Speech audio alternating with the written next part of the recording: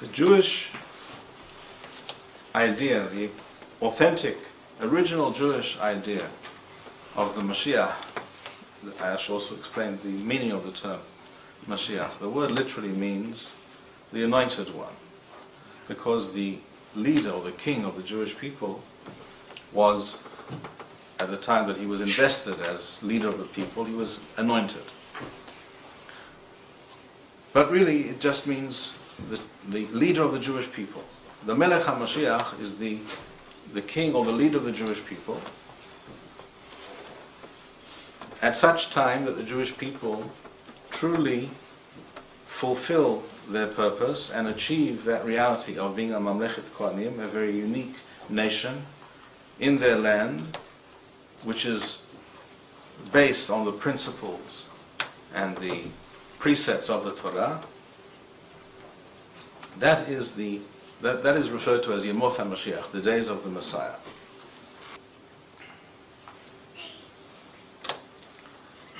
There have always been, throughout history, going back to the days of the Second Temple, Beit Sheni, there have always been people, Jews and later non-Jews, who picked up the idea from the Jews. There were Jews even before Christianity came into the world, and we know that the earliest Christians were Jews. But even before that time, there were sects and there were undercurrents within the Jewish people during the latter period of the Second Temple, when the Jewish people were living under very, very harsh Roman occupation in their land. There were people who began to come up with all kinds of notions, essentially fairy tales, about what Yemot HaMashiach was about. They imagined some miracle worker who would descend from heaven. Some of them thought he would literally descend from heaven, and that the temple will also, this was after the temple was destroyed, it would also descend from heaven miraculously. They began to conceive of this concept, Yemot HaMashiach, the days of the Messiah, in an entirely supernatural and miraculous way, in a manner which is completely divorced from the world as we know it. We zien al eigenlijk vrij vroeg in de Joodse geschiedenis zien we al dat dit idee van de gezalfde koning, dat daar bij verschillende secten binnen het Joodse volk, dat daar nieuwe ideeën over ontstaan, die dit ook heel bovennatuurlijk en magisch maken. Dus dat de verlossing gewoon zo uit de hemel zou komen vallen, net zoals dat de tempel misschien uit de hemel kon vallen. Het idee van de tempel kwam natuurlijk na de vernietiging van de tweede tempel. En we zien dus daar verschillende secten met dat soort ideeën komen. We weten ook dat dit idee bijvoorbeeld overgenomen is in het christendom en dat de eerste christenen Joden waren. In the Torah itself, we find nothing of these ideas. We do not find in one verse in the entire 5 books of Moshe any mention of some period in which the laws of nature cease to exist, when the Jewish people will live and exist on some different plane and according to rules that are completely unknown to us. This is not what it says in the Torah. What does it say in the Torah? It says very simply,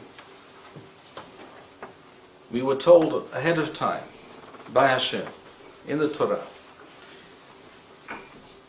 because my plan for the world is crucial and therefore essential and therefore non-negotiable, either you do my will, or if you don't, I'll have to teach you the hard way, and then you'll do my will, but you'll do it either way, it'll happen.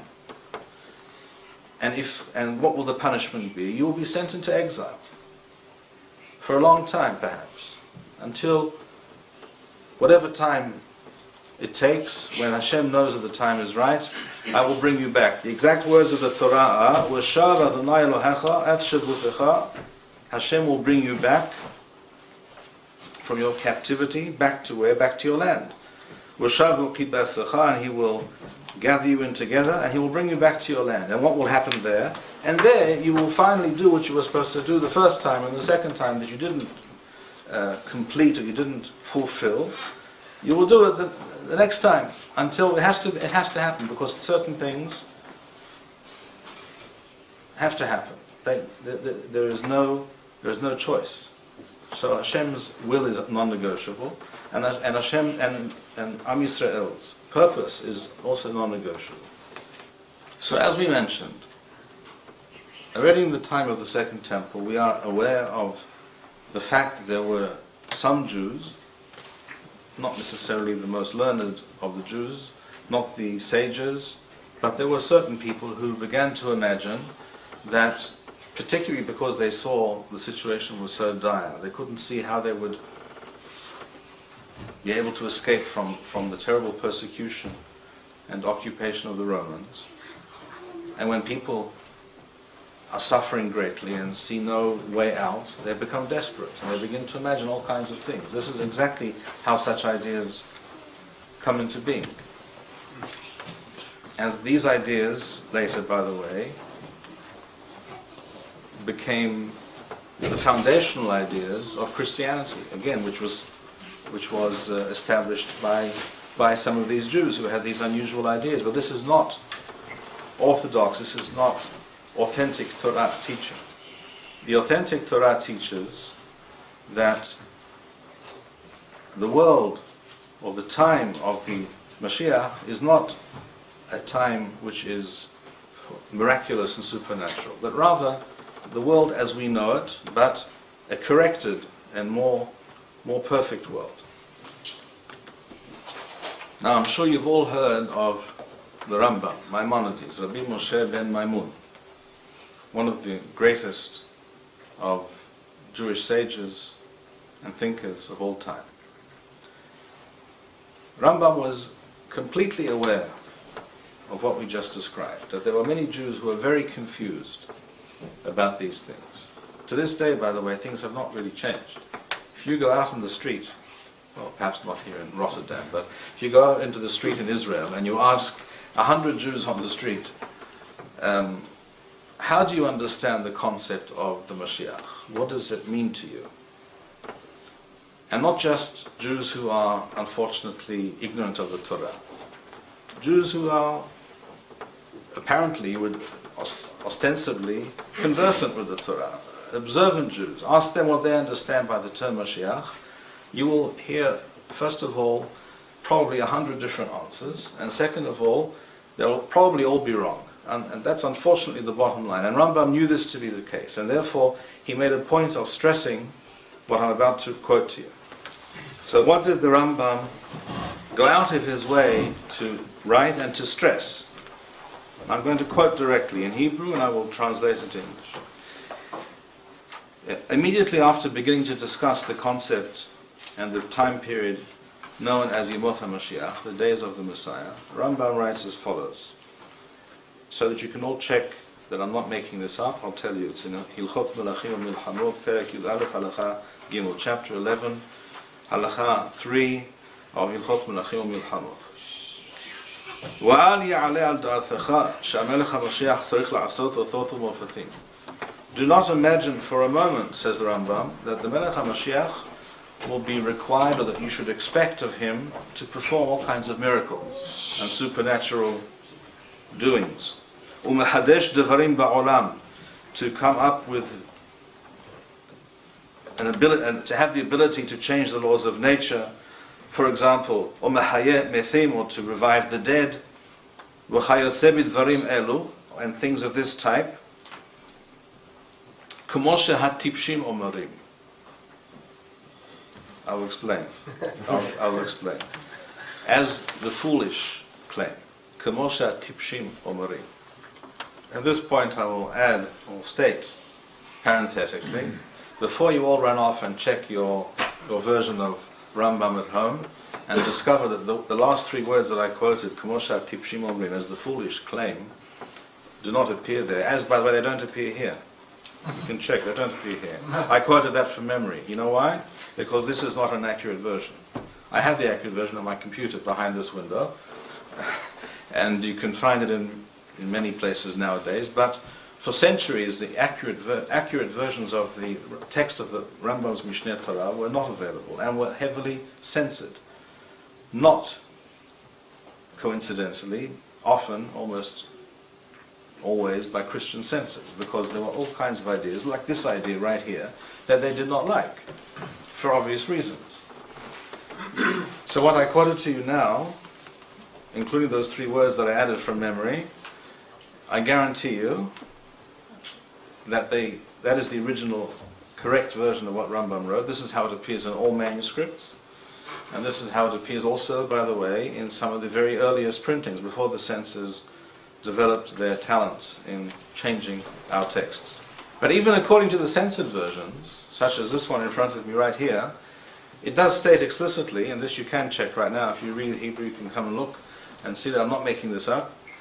Rambam goes out of his way to say, do not think that the Mashiach has to be a miracle worker, or that he will revive the dead, or he will be able to perform deeds that are beyond the ability of normal men. That appears in every single version that's ever been printed, even the censored ones. Why did the Rambam go out of his way to say this? Because the Rambam knew that a very significant percentage of the Jewish people were, and unfortunately I have to state again, still are, very confused about this. Sometimes because of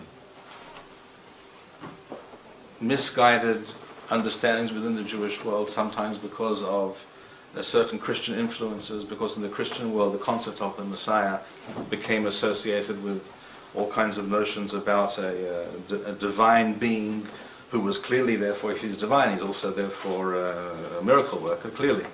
So the concept became completely distorted. But that is not the authentic concept of the Messiah according to the Torah. And therefore, Rambam sums up this statement by saying, وَإِكَارَ الدَّفَرِيمْ كَخَهِمْ.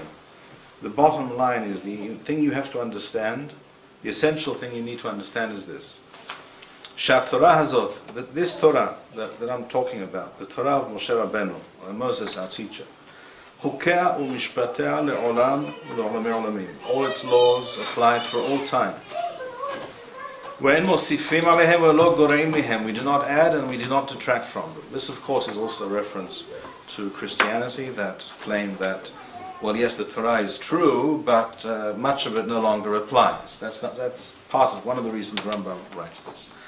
Furthermore, Rambam writes this in order to make it clear to the Jewish people as well. All of the Torah is incumbent upon us to create the kind of Jewish state that I described before. It's not Hashem's business to make it happen. Hashem told us that we're to make it happen. It's our purpose, it's our job to rebuild the temple, the Mikdash. It's not Hashem's problem, as it were. It's a command in the Torah. It's written in the Torah. وَعَصُرِ مِكْدَاشْ وَشَخَنْتِ بَثُخَمْ. And they shall build for me a temple, Mishkan, Mikdash, which means a temple. There it was referring to the Mishkan, to the tabernacle in the desert. وَشَخَنْتِ بَثُخَمْ. And I will dwell amongst them. These are essential miswot, commandments in the Torah. For some reason, many Jews today misunderstand the Torah when it comes to some of these most fundamental ideas, and they imagine that some parts of the Torah we have to take care of. It's our business to do, keep Shabbat, and to pray, and to give charity, and to observe the Hagim, the festivals. And other parts of the Torah somehow miraculously became Hashem's job. He has to be, he's in charge of rebuilding the temple, he's in charge of bringing about a truly Jewish state with a system of government and leadership which is rooted in the Torah in an authentic manner. That somehow became Hashem's job, but it is not so. It is our job. And if you're wondering how is it that so many Jews are confused about these things? I will tell you, the answer is very simple. It's a one-word answer, really. It's called galut, exile. Because in the exile, inexorably, inevitably, the Torah becomes, or certain aspects of the Torah become distorted or misunderstood, because that is not the normal, natural environment for the Torah and for the Jewish people. So yes, the Jewish people survived thousands of years of galut, of exile and persecution, and they remain focused, as we said before. They still have the Torah, but not all parts are fully understood correctly by all Jews. Certain things became confused and misunderstood. Not completely lost, not completely forgotten. The fact is, the Rambam writes about it. The Rambam makes a point of telling us, don't think what many people imagine, don't think like they think, because they're wrong. They're tipshim, they happen to be foolish and misled, and therefore I'm telling you it's not so. So clearly not all Jews thought incorrectly. Rambam certainly did not. I have another book here, which you may have heard of, the Sefer HaKuzari, the book of the Kuzarim, written by Rabbi Yehuda Levi, about 950 years ago, before Rambam in fact. And he says exactly the same things, precisely the same ideas. He stresses in this book also that the Jewish people have become, unfortunately, used to living in a reality of exile. Again, think about his time. He's living 950 years ago, when the Jewish people are scattered all over the world.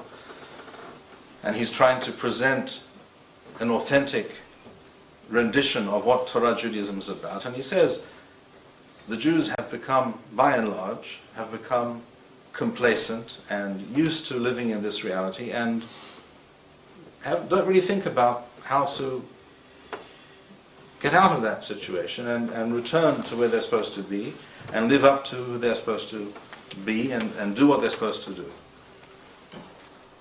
So the thing to remember is that Torah and galut and exile don't mix very well. It's not a good combination. It's unhealthy. And when you place a person or an animal or a plant in an environment that's not, for which it's not designed, right? You place the most obvious example, take a fish out of water, it doesn't do very well. If you place an animal that's designed to live in a tropical climate, in an Arctic climate, it's not going to do very well. The Jewish people in exile, miraculously, this is a miracle from Hashem in many ways, didn't disappear, but yes, things did go a little bit off target. Things did not remain entirely on target. Many people got confused. The aim today must be to remind all people, Jews and non-Jews, who understand that the Torah is true, that this is the authentic understanding of these concepts of the Mashiach and the time of the Mashiach. Now, if you ask me, are there Jews today in the world who understand this? Yes. The answer is yes, there are.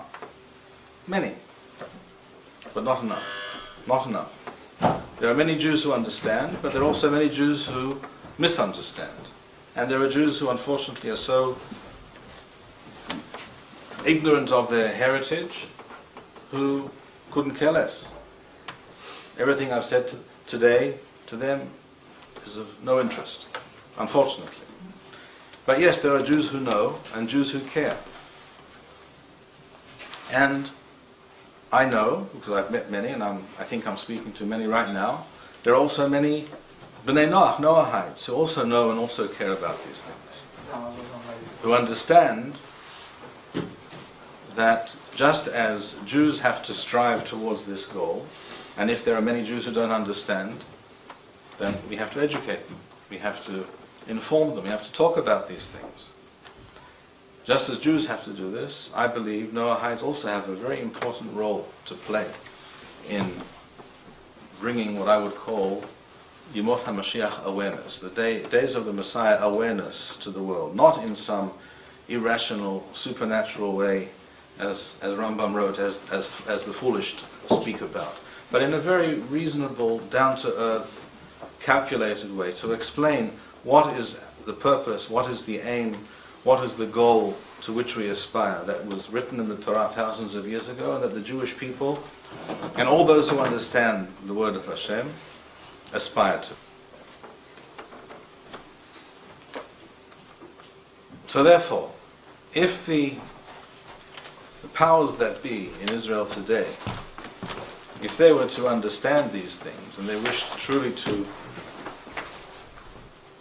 bring these things to fruition, one of the things they would do would be to create a huge international network of Noachides who identify with these ideas, who, just as there are Jews who want to see a truly Jewish state based on Torah principles come into existence, which is unfortunately not what we have yet today,